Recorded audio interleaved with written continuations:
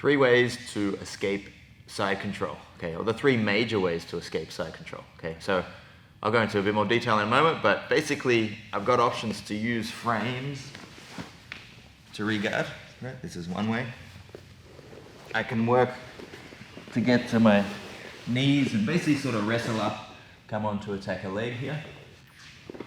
And there are options, I'll switch your base, to potentially sit up and use sit-up escapes to get outside control too. And I'll talk about when each is appropriate and just some general guides you want to look for. So first thing is obviously the distance that these work at, okay? So I want frames, right? So basically we're starting in a very bad spot here, which obviously we shouldn't allow this to happen if possible, but Kaya wants to jam up underneath my armpits, where I can't even push at all with my arms here, okay? He usually wants, often they'll be cross-facing like this, where it's putting pressure on my neck, and he's got his head in front of this arm, so I also can't get my arms in place, right? Just the same thing he should be doing with his legs against my legs as well. I want to use my legs to make space, but he's jamming his right knee up close, so I can't get my leg in, right? So that's kind of, I think, when things are really bad. If we go just back one step, we can start using forearm frames, where I've got I'm usually anchoring my hand and I'm using my elbow to lift up. This creates a little bit of a structure where when I'm anchored onto Kaya, when he pushes back, the force relays back through him. So doesn't take too much pressure for me to hold something like this. We can forearm frame on the neck, we can forearm frame on the hip. If I could ever release this arm a little bit, I could be forearm framing on that too. Okay, so I'm sort of using this to stop him from applying all his weight and potentially to redirect his body positioning as well. Okay, I can also use my knee or my shin. If I can get that in the middle, in between us, I can be using that. Not yet to try to come through to the other side, because this is actually very easy for him to clear out of the way again. Okay, but more when I get this in, I'm trying to stretch his hips away, kicking out, making more distance. So again, I might be able to get another frame in front of the shoulder here like this, right? So our legs are working for frames, our arms are working for frames at all times, right? And obviously, once our legs are come back in front, especially our foot's out, we're no longer in the side control position. Lastly, I'll switch base. Sometimes you can go from forearm to stiff arm frame. And this is obviously even better because it makes more distance, right? So now it's even harder for Kaya to connect because I've got more space, I can use that to recover. The last sort of frame I'll talk about is just being on your side to some degree is a bit of a frame. So being chest to chest, we really want to avoid this because he can, now that he's chest to chest, it's very hard for me to rotate, okay? If I get the chance, earlier I should have done this already, but I can turn on my side like this, okay? Now when Kaya's trying to flatten me out, it's hard to put me back. This shoulder being in front is somewhat of a frame that allows me room to start to escape. So the first type of escape we're going through is then using frames to escape back to guard, okay? So whichever one can come first, I'm going to be trying to swim underneath, get in front of the neck onto this shoulder, and it could be my legs first, could be my right arm first, could be my left arm first. I'm trying to, if he's got his, put your knee under my armpit, I'm going to try to shimmy away to get this forearm blocking his hip.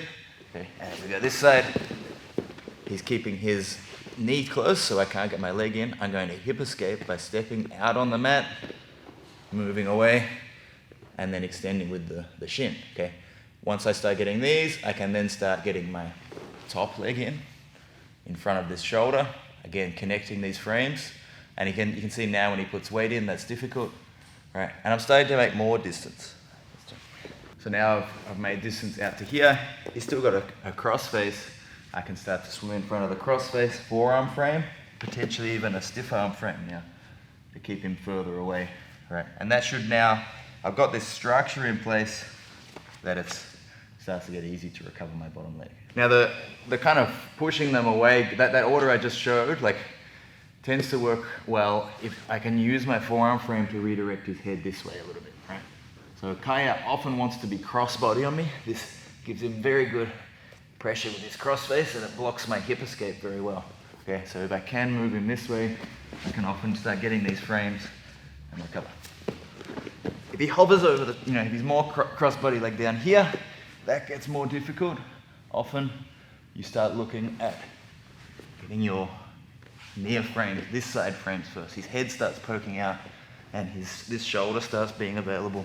I almost face on my left side a little bit just to get this first.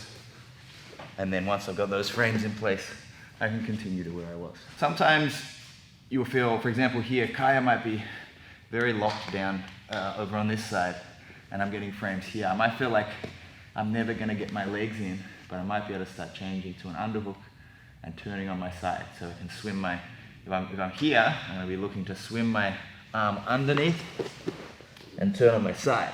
Okay.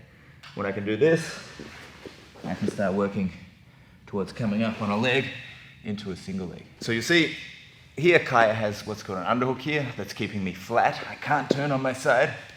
If I can find a way to swim under and get my own underhook, right? Just here, when he's trying to drive me flat, that's reasonably difficult to do, right? But it should be accompanied.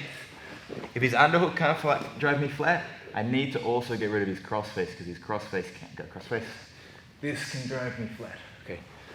So if you watch this, when I frame to get rid of a crossface, I grab my own head, open my elbow, my forearm out to his elbow. So he's trying to drive me flat. Now, we call this the pillow defense. I'll put my head on my arm, and he's trying to drive me flat. That's difficult to do. I can keep moving my hips away to get more base against that as well. The more I face the ground, right, he's trying to drive now, even more difficult. The more I'm facing the roof, the easier it is. So as I start getting my underhook, I'm hipping away to be hard to put down. Grab my head. He can't cross face me because I've got my head on my arm, right? Once I'm in this position, I can start reaching for a leg, usually the far leg, and come up. If you don't grab this near leg, it's gonna be a bad position to come up. He'll go for my back. If I grab this far leg, I can start coming up on the single leg. So then there's the sit-up escape. So a lot of the time when you start to free your legs, I've blocked his hip, I'm hip escaping, he's starting to worry about my knee coming in. My knee was gonna come through here. His answer is to switch his hips.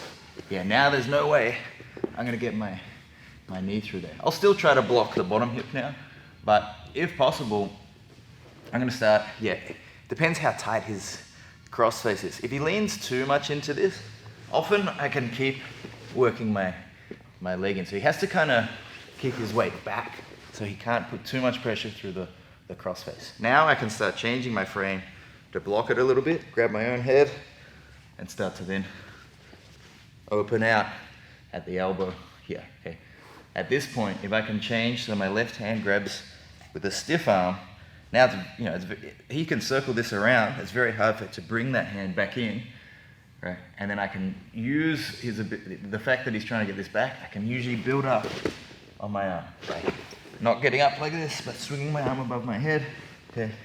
And I start standing up like this to escape side control. So in total, if we've got the ability to frame them away, getting our legs in, building these 4 frames, a frame with each limb to recover back to guard. And that can be legs first, or sometimes it's even when they're leaning through, you'll have a different order of doing this. If this side's very well blocked, and I know I can't get my legs in here, often we want to start turning on our side, looking for this pillow defense and an underhook, and then moving to attach to the far leg. And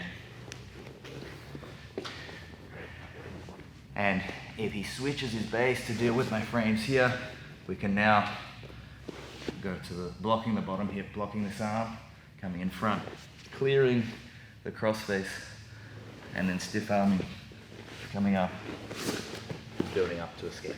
So if you want to get better at escaping side control, you can check out my website submeta.io, where we have a full course on escaping side control. Or if you're a bit newer to Jiu-Jitsu, you might want to look at our Foundation series, which covers the fundamentals of Jiu-Jitsu. Check out the link in the description to find out more.